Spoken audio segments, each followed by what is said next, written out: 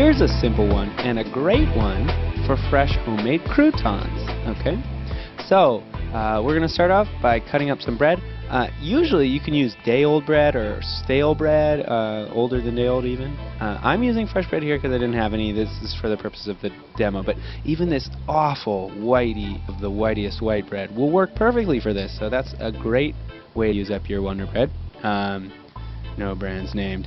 And so I'm just cutting these up into cubes. Again, old bread, any kind of bread will work. French bread will work. Anything that's old and you don't want to use it for anything else anymore. It's a perfect thing to use it for. So cut those up, put them in a baking tray, and then throw in some oil on there. Okay, I'm using olive oil. Olive oil is a great oil to use with these. It's got a nice flavor. And get, a pretty decent amount of oil, and then just go at it. Go at it with your ravenous hands, okay? So once those are all mixed up, they're all kind of coated in oil, they've seeped that oil in, throw them in a bag, and we will now season. I have this very handy Italian seasoning mix, but you can use any dried herbs, anything that you think might be a nice flavor, you really can. I like to throw in some cayenne pepper for a little bit of spice, that's a nice one, and we'll finish it up with some nice sea salt, or, another kind of salt, could work as well.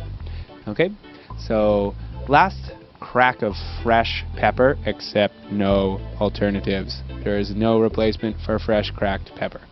Close the bag and give that just one of those paint can shakes. I'm talking about the real crazy serious shake.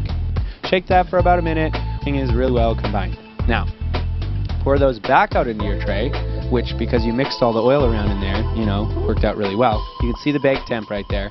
Bake it in an oven at a very low temperature, okay, for at least 1 or 2 hours. You could actually leave it in there overnight with a pilot light. You just want to get them nice, dry, and crispy. Then you can use them in your salads, in your soups, and just think of all the different creative things you can do with croutons. I mean, I can think of at least those two that I said, soups and salads. So give that a shot and give it a try. Food graffiti!